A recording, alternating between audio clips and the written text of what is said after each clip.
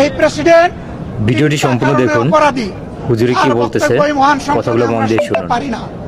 প্রথম কারণ হচ্ছে তিনি সমস্ত খুনের সহযোগী ছিলেন। তার আমলে যে খুনগুলো হয়েছে একটা খুনের বিরুদ্ধেও তিনি শাসক গোষ্ঠীর প্রতিবাদ করেন নাই। সেই খুনে তিনি কোনো ব্যবস্থা গ্রহণ করেন না। প্রেসিডেন্ট রাষ্ট্রের অভিভাবক হিসাবে তিনি জঘন্য অপরাধ করেছেন রাষ্ট্রের নাগরিকদের প্রতি। দ্বিতীয় কারণ ছিল, আপনারা জানেন, আগস্ট মাসের 5 তারিখ 24 সালে তিনি জাতির উদ্দেশ্যে ভাষণ দিয়েছেন। সেই ভাষণে তিনি বলেছিলেন, এবং ভিডিওটি ভালো লাগলে যে শেয়ার করে দিবেন এবং একটি গঠনমূলক কমেন্ট করে দিবেন। ত্যাগ করেছেন এবং তিনি তা মঞ্জুর করেছেন। ভিডিওটি পরবর্তী পর্যায়ে আপনারা দেখেছেন কি বলতেছে। দুইটা মিডিয়ার সাথে সাক্ষাৎকার দিতে গিয়ে তিনি তা অস্বীকার করেছেন।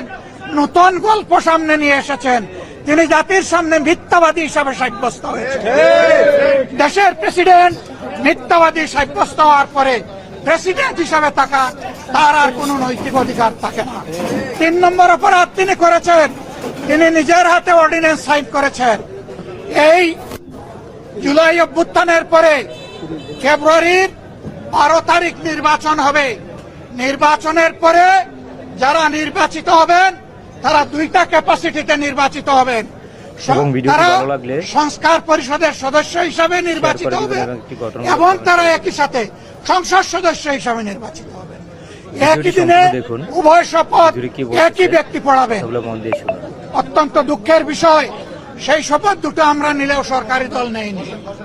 তার প্রথম দায়িত্ব ছিল গেজেট প্রকাশের 30 দিনের ভিতরে সংস্কার পরিষদের অধিবেশন ডাকা। তিনি সেই অধিবেশন ডাকেন নাই। গণভোটে হার পক্ষে ভোট দিয়েছে 70% মানুষ। তিনি 70% জনগণকে, দেশবাসীকে অপমান করেছেন। এখানেও তিনি অপরাধ করেছেন। এই 3 অপরাধের কারণে আমরা তার ভাষণ শুনতে চাইনি এবং আমরা সরকারি দলকেও অনুরোধ জানিয়েছিলাম, স্পিকার মহোদয়কে অনুরোধ জানিয়েছিলাম এবং তাকে ভাষণ দিতে দেওয়া না হয়।